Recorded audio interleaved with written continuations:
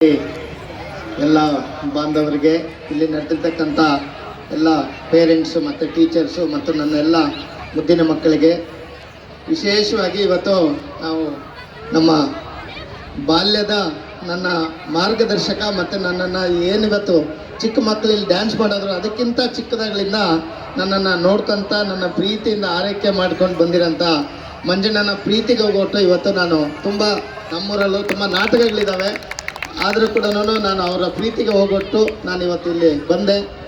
ಇನ್ನು ಮಕ್ಕಳು ಪಾಪ ಕಾಯ್ತಾರೆ, ಹೆಚ್ಚೇನು ಮಾತಾಡೋದಿಲ್ಲ. ನನಗೆ ಮರೆಮ್ನಳ್ಳಿಯಲ್ಲಿ ಇಷ್ಟು ಒಂದು ಇಂಟರ್ನ್ಯಾಷನಲ್ ಲೆವೆಲ್ ಸ್ಕೂಲ್ ಇದೆ ಅಂತ ಖಂಡಿತ ಗೊತ್ತಿರಲಿಲ್ಲ. ನಿಮ್ಮ ಸಿಂಪ್ಲಿಸಿಟಿ ನನಗೆ ಇವತ್ತೇ ಇಲ್ಲಿ ಬಂದಾಗ ಗೊತ್ತಾಗಿದ್ದು. ಇಷ್ಟು ಒಂದು ಅದ್ಭುತವಾಗಿ ವಿಶೇಷವಾಗಿ ನಾನು ಒಬ್ಬ ವೈದ್ಯನಾಗಿ ಈಗ 2.5 ವರ್ಷದಿಂದ ತುಂಬ ಸೂಕ್ಷ್ಮವಾಗಿ ಗಮನಿಸ್ತಾ ಇದ್ದೀನಿ ತಾಲೂಕಲ್ಲಿ, ನಮ್ಮ ಕ್ಷೇತ್ರದಲ್ಲಿ ಏನಾಗ್ತಾ ಇದೆ ಏನಿಲ್ಲ ಅಂತೇಳ್ಬಿಟ್ಟು. ಸೊ ಅದೆಲ್ಲ ನನ್ನ ಟೀಚರ್ಸ್ಗೆ ಮತ್ತು ಪೇರೆಂಟ್ಸ್ಗೆ ಮತ್ತು ನನ್ನ ಮಕ್ಕಳಿಗೆ ಇಷ್ಟೇ, ವೈಜ್ಞಾನಿಕ ಚಿಂತನೆಗಳನ್ನು ಸ್ವಲ್ಪ ಜಾಸ್ತಿ ಗಮನ ಕೊಡಿ, ಮಕ್ಕಳಿಗೆ ಯೋಚನೆ ಮಾಡೋ ಶಕ್ತಿಯನ್ನು ಅವ್ರ ತಲೆಯಲ್ಲಿ ಹಾಕಿ ಅಂತ ಅಷ್ಟೇ ನಾನು ಮಾತ್ರ ಹೇಳಬಲ್ಲೆ.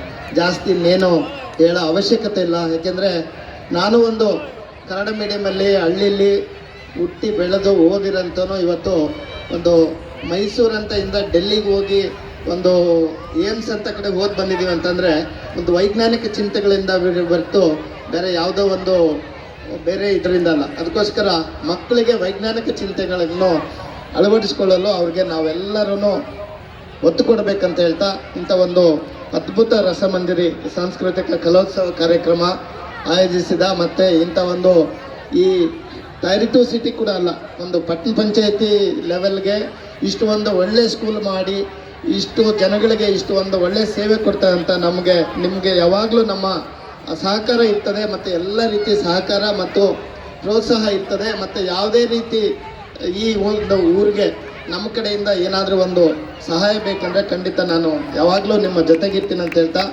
ಮತ್ತೊಮ್ಮೆ ತಮ್ಮೆಲ್ಲರಿಗೂ ಹೊಸ ವರ್ಷದ ಆರ್ಥಿಕ ಶುಭಾಶಯಗಳು ಕೂಡ ತಿಳಿಸ್ತಾ ಎಲ್ಲರಿಗೂ ಒಳ್ಳೆಯದಾಗಲಿ ಅಂತ ಹೇಳ್ತೀನಿ. Thank you.